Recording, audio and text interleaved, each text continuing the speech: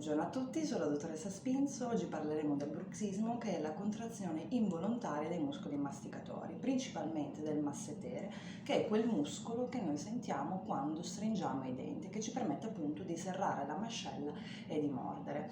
I sintomi del bruxismo diciamo che si verificano soprattutto di notte, quando appunto involontariamente tendiamo a serrare, ad indurire la mascella, causando quindi un danno ai denti, che tendono dunque a scheggiarsi. Non soltanto, però i pazienti affetti da bruxismo sono affetti anche da cefalea muscolotensiva, proprio perché il muscolo, contraendosi involontariamente, causa appunto una cefalea che si irradia soprattutto a livello temporale. Le cause sono soprattutto dovute a fattori di stress.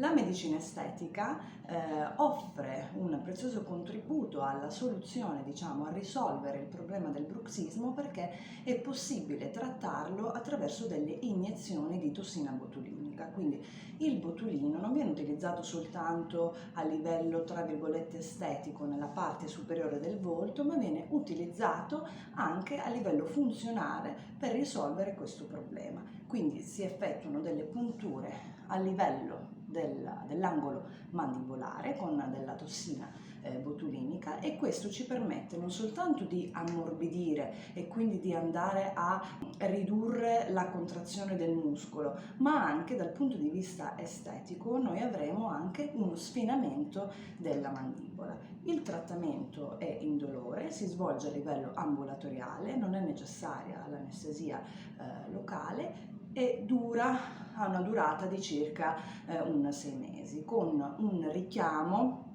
a 3-4 mesi, proprio perché è un muscolo molto importante, quindi va tenuto sempre un po' rilassato.